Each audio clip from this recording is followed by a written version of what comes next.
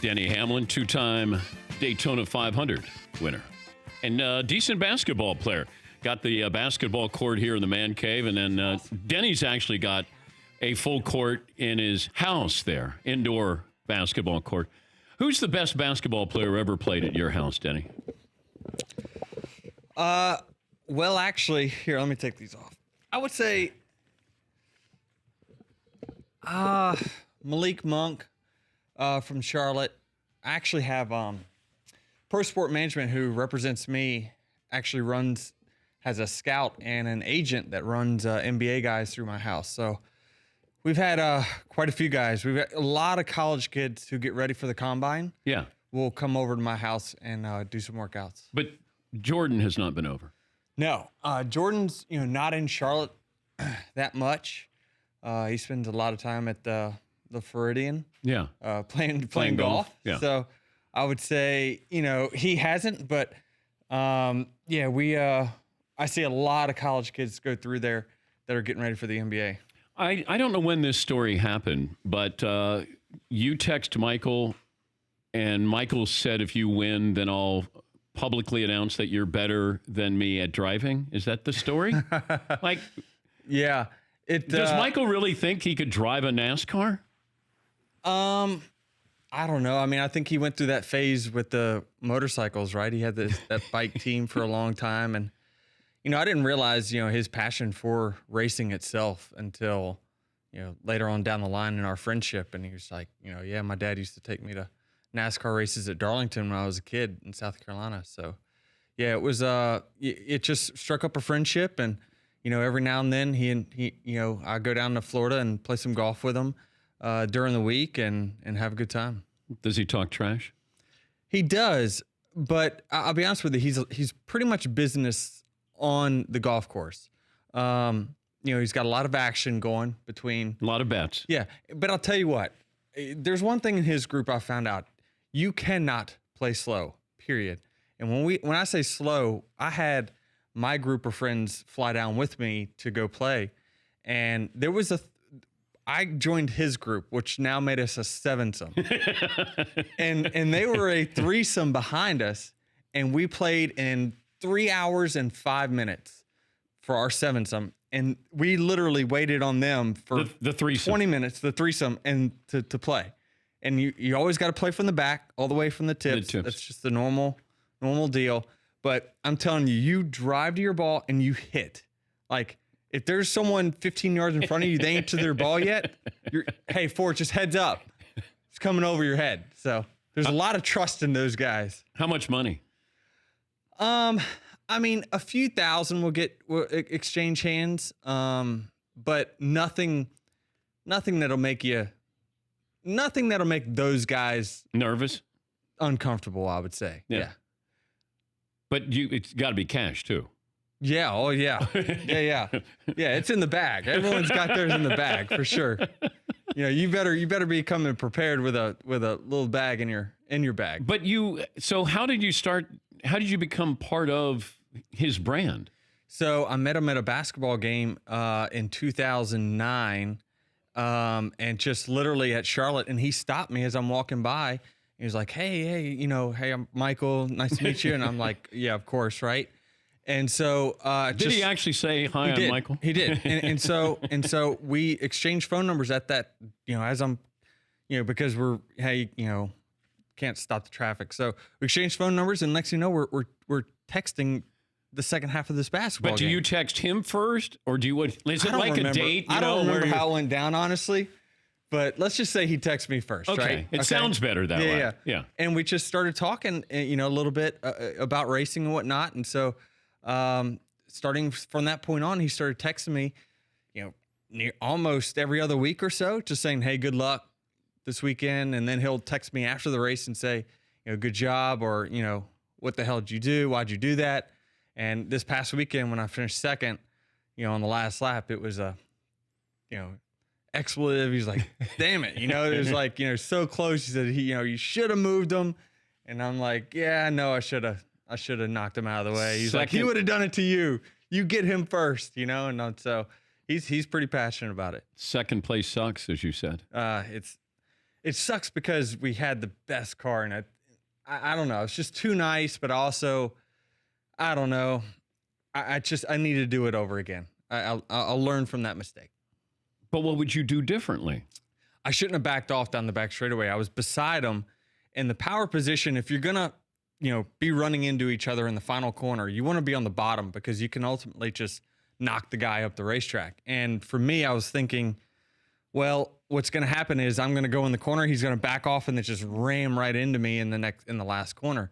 I should have kept the bottom so I could move him up like he moved me up. So it was just two veteran guys that have been doing this for a long time that were trying to outthink each other, and he got the best of me last week. But how much physics goes into this? I don't know. Like aerodynamics, that I don't know if people talk about that much. It's such a huge factor now. I mean, we're driving our racing line right now to avoid other cars in the corners. But I mean, really, when it comes down to short tracks, it's a different type of racing now. And I think Kevin Harvick said it last week where, guys run into each other with reckless abandon more so now than they ever have. So I think it's just a new era of drivers that are younger, that, just to have the, kind of I don't care attitude. But you're also more protected than you've ever been. I don't know. For sure. If there's a false sense of security with a safety standpoint. Yeah, no doubt about it. But I think that drivers nowadays have just the mentality it's win or nothing, and do whatever it takes. And if you piss someone off, then it's, oh well, you'll deal with that later. Where I think the older guys have the more, let's have respect and let's do this the right way. So it's kind of a clash of personalities right now.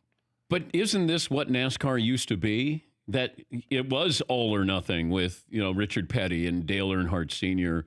And then why did we back off with that aggressive nature? It became more corporate. They're the bigger sponsors. You got, I know me personally with FedEx on my chest, I'm representing many, many, many employees in a big company that you got to watch what you say. You got to kind of watch what you do. But also, you need to stay in the race longer for their logo to be seen for a longer period of time, I'm guessing. Does that factor in with? A little bit, but not really. I mean, really the work that they do to activate is done well before the car hits the racetrack. It's hospitality, things like that at the racetrack, that they're entertaining guests. We're doing pictures by the race car right before the race itself. So their work is done. The competition side is just really a side aspect to it. Denny is running a brand new paint job at Watkins Glen for Safe Kids. It's a charity that helps raise awareness of distracted walking and driving. And what's the new paint scheme going to be? Yeah, it's pretty cool. And you mentioned the Safe Kids. Back a handful of years ago, probably 5 or 6 years ago, FedEx announced that they were going to donate $200 million to 200 communities by 2020, and they hit that goal 6 months early. And now this is about, I think a lot of people think that big companies, they should, they write big checks, and that's kind of what they do to give back to the community. Well, this, now they've had a new initiative to let's affect 50 million people by our 50th anniversary in 2023. So This is about affecting people, not just writing a big check. And they do a lot of both. A lot of emergencies and disasters that they really are one of the first responders to. So I'm proud to, represent FedEx. It's been, a sponsor of mine now for 14 years. Last year on Dale Jr.'s podcast, you said that there's a reason why you feel unpopular. You don't take good pictures. You always look like you're angry. I got a bad resting bee face. Is that? Yeah. Is that true that you just don't look friendly or nice or like what look are you going for here? I just think, my resting bitch face is really bad. That's all I can think of. It's just, I look at pictures that get posted to me or something else, I'm just like, so that's the face. But I'm thinking. Well, what are you thinking about if you're getting your picture car, taken? Like, why isn't it going faster? All kinds of things. It's just. Well, can you do fake? I think that I've had altercations with popular drivers during the course of my career. So ultimately, fans, they don't forget. And so I think just some altercations I had earlier in my career has affected my popularness, but I hate to say I don't care, but it's like I really care about performing on the racetrack, and that's really my main focus. You can't change it now, Denny. No, you can't. And that's the thing is that I'm, year 14 in my career. This is, I'm not out to get, the most popular, the most clicks on my Instagram or anything like that at this point. I'm just trying to do the best I can to represent my sponsor well. That way I keep them, and that way I keep a ride. Can you do a fake smile? That's a fake smile, or is that a real smile? That's a fake smile. Oh, what? Why don't you think of a funny movie whenever you're getting your picture taken? I don't know, because they're hidden. These cameras are hidden. You don't know where they're coming from. Oh, okay. Yeah. So these are when you're in action. Yeah, this isn't like my posed pictures. I look normal in posed pictures. Normal. It's the pictures you don't expect. You're sitting there and you're trying to explain to your crew chief. Next thing you know, you get a picture taken like... But why does it Jeff Gordon always look good? I think he's aware of it. He must have someone tapping on his shoulder saying, hey, by the way. Although when he went with the mustache, that was a wrong move for Jeff with the mustache. He was trying to mature himself well beyond his years. But I think he was trying, because Dale Sr. had the mustache. And I think he might have said, hey, I'm gonna look tough like Dale Sr. He couldn't grow that bush like Dale had, though. It looked like hedges. Yeah. With Dale Sr. It was like he was born with it. Do you find it interesting, like I do with Dale, Dale Jr., that this whole personality has come out where he didn't really show a lot of... He was the most popular driver without really showing his personality. So I knew Dale when he was closed off and he was quiet. And, back in his smoking days, it's just now coming out, he had a smoking problem, right? And so...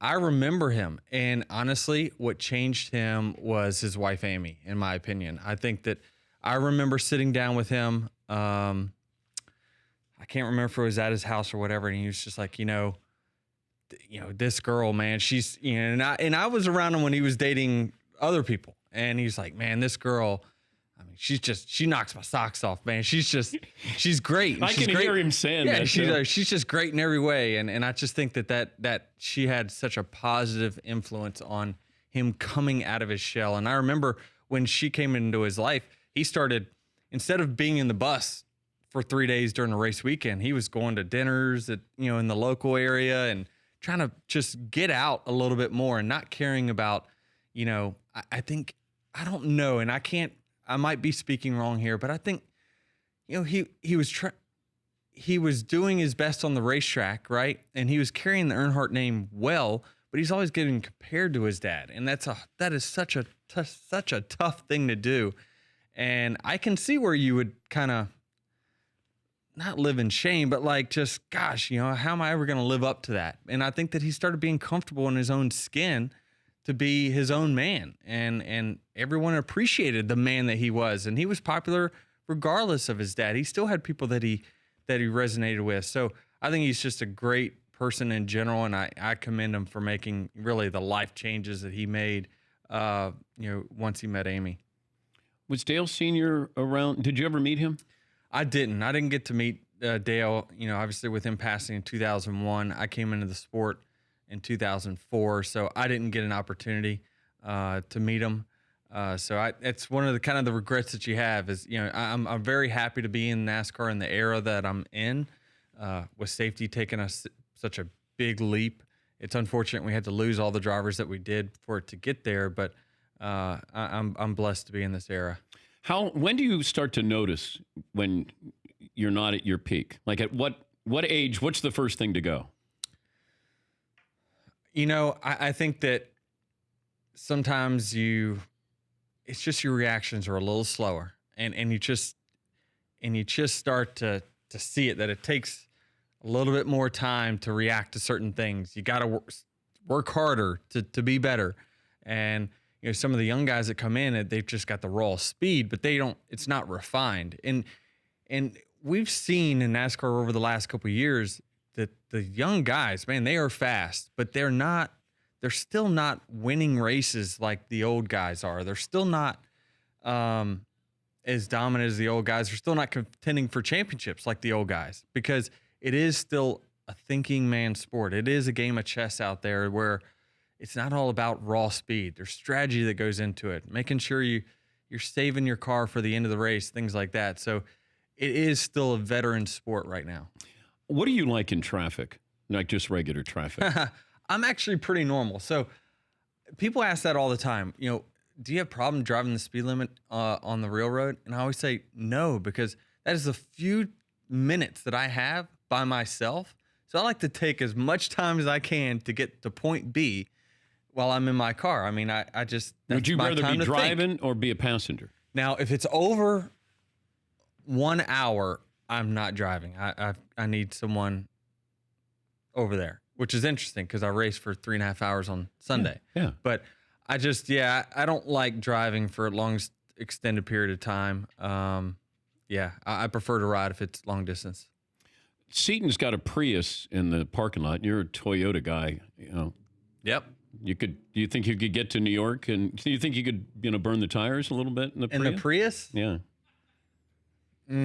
Probably not. It's gonna be tough to burn the tires. You got any oil, something we can pour down in front of the tires? Do you drive a sensible car that gets good gas mileage? Actually, I just got my new Toyota Super N, VIN number 11. I'm pretty excited about that. Yeah, nice. Yeah, I've got one of the Lexus LFAs, Nürburgring edition, number 300. That's now, the value's really going up on those. So, what's your favorite car of all time? Favorite car of all time? I have the Entourage car, 67 Lincoln Continental. Not the one from the show. No, but it is identical. Yeah, saw it in the W in Scottsdale. Saw it in valet there. Told the valet guy, says, find out who owns that car and tell him to leave the keys here, as long as he's reasonable on his price. So the guy called me. He's like, hey, a guy said that I should leave my car here. You're wanting to buy it? I was like, yeah. How much will it take? He's like, oh, I don't know, man. Like 70 maybe. I'm like, how about like 60 and you leave the keys? Like, okay, I'll do it. So yeah, got a little work done to it since then and got it all straight. So I actually, I fly my plane kind of I don't fly it, but I take it to all the races. So our next race was Phoenix. And so our next race was in Vegas. So I took all my people that usually fly me. I was like, yeah, you go up there. I'll meet you in Vegas. You drove? I drove the car out there. So that was awesome. That's great. Hey, it's great to see you. Happy for you. Great success there. And stop finishing second, all right? Tell me about it. Because you're going to hear from Jordan. Yeah. Denny running that brand new paint scheme at Watkins Glen for Safe Kids, a wonderful charity that helps raise awareness of distracted walking and driving. Denny Hamlin, great to see you. For more Dan Patrick Show, tune into Audience Channel 239 on DirecTV. Stream for free on BR Live or download the Dan Patrick Show app.